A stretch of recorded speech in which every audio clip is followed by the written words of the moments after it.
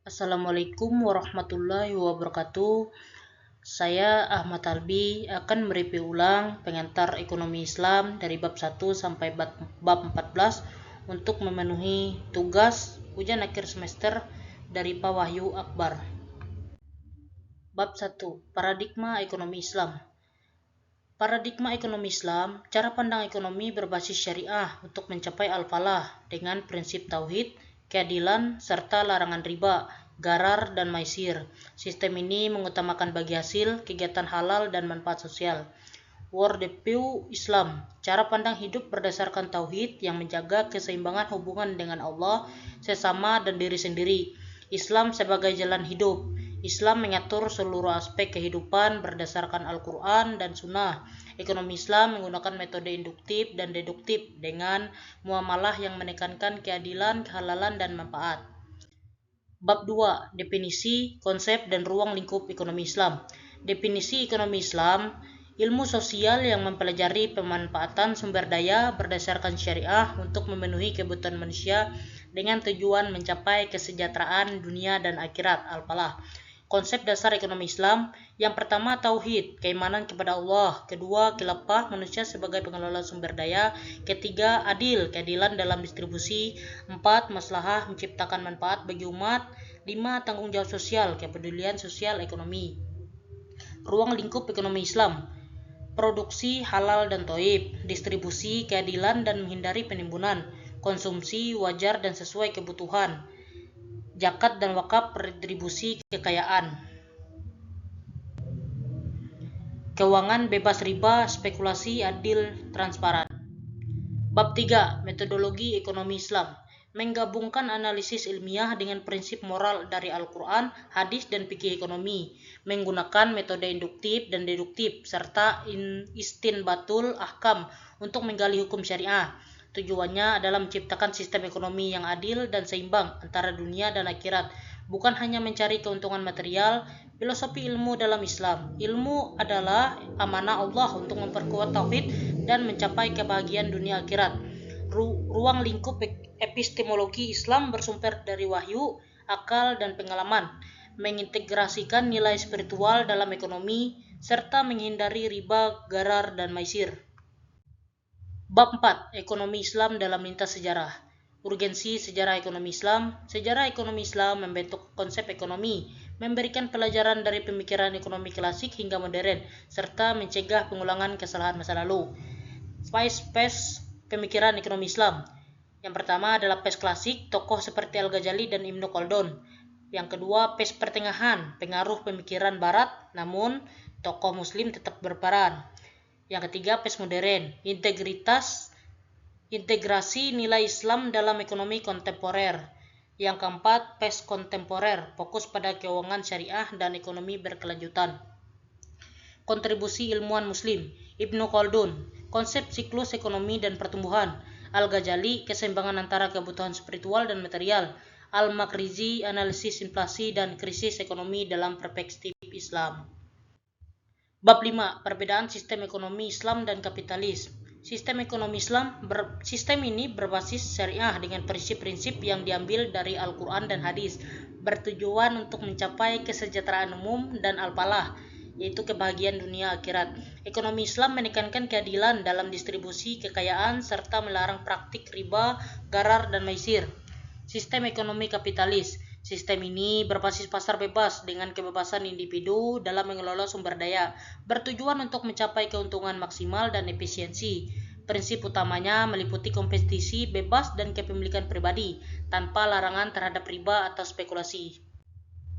Bab 6. Perbedaan sistem ekonomi Islam dan sosialis. Sistem ekonomi Islam, sistem ini berbasis syariah dengan prinsip-prinsip yang diambil dari Al-Quran dan hadis, bertujuan untuk mencapai kesejahteraan umum dan al-falah.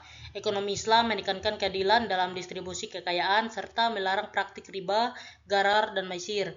Sistem ekonomi sosialis. Sistem ini didasarkan pada kepemilikan negara atas semua alat produksi dengan tujuan utama kesejahteraan kolektif dan pemerataan kekayaan. Ekonomi sosialis menolak adanya kepemilikan pribadi atas alat produksi, dan peran pemerintah sangat dominan dalam mengatur serta mengontrol kegiatan ekonomi.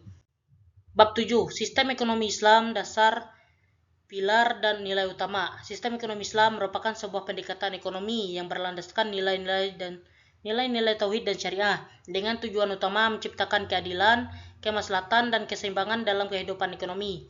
Prinsip-prinsip yang mendasarinya seperti keimanan kepada Allah, amanah sebagai khalifah, serta penerapan kehalalan dan keadilan menjadikan sistem ini tidak hanya berorientasi pada keuntungan material, tetapi juga pada kesejahteraan sosial dan spiritual.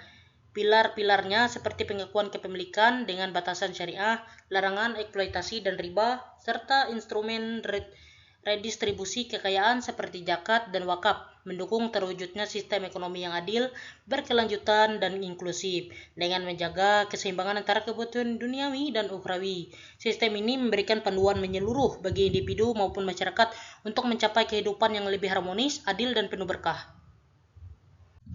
Bab 8. Maqasid Syariah sebagai tujuan ekonomi Islam.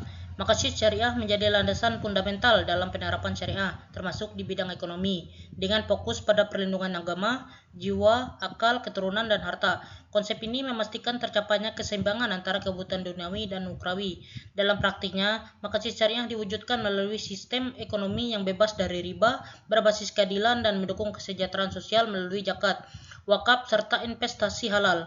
Penerapan ini tidak hanya relevan bagi umat muslim, tapi juga menawarkan solusi inklusif yang menciptakan kemaslahatan universal. Bab 9. Perilaku ekonomi dalam perspektif Islam.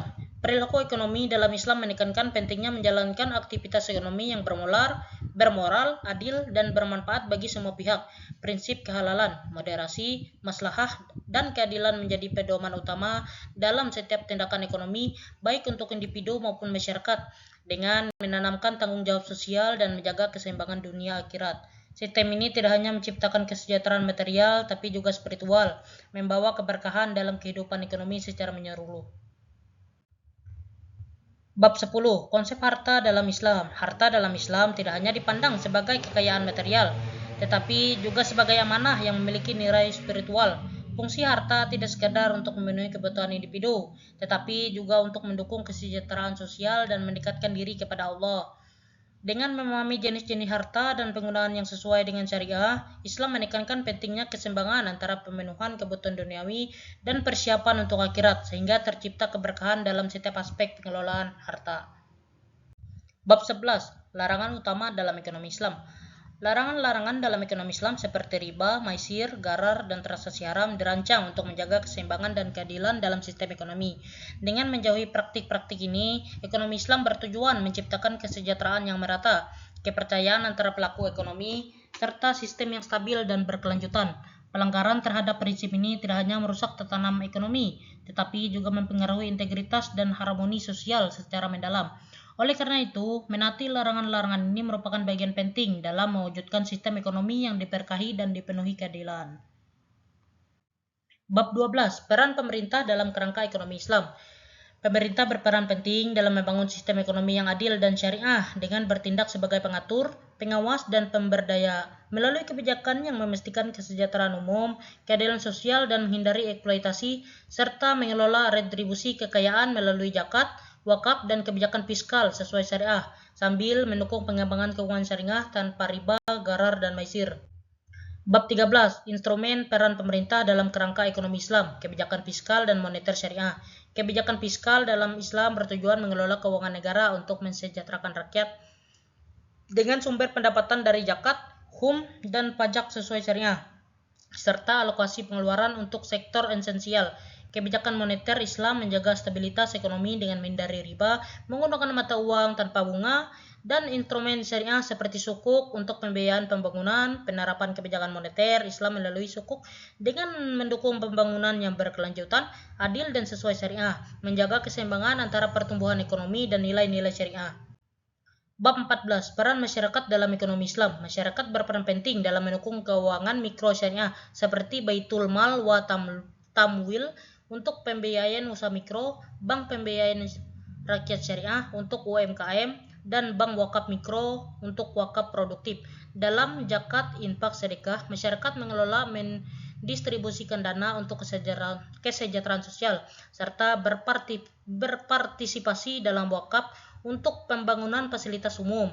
Masyarakat juga mendukung pendidikan ekonomi syariah melalui perguruan tinggi, pesantren, dan pusat studi. Secara keseluruhan, masyarakat berkontribusi dalam pembangunan berkelanjutan, pemberdayaan ekonomi umat, dan kesejahteraan umum.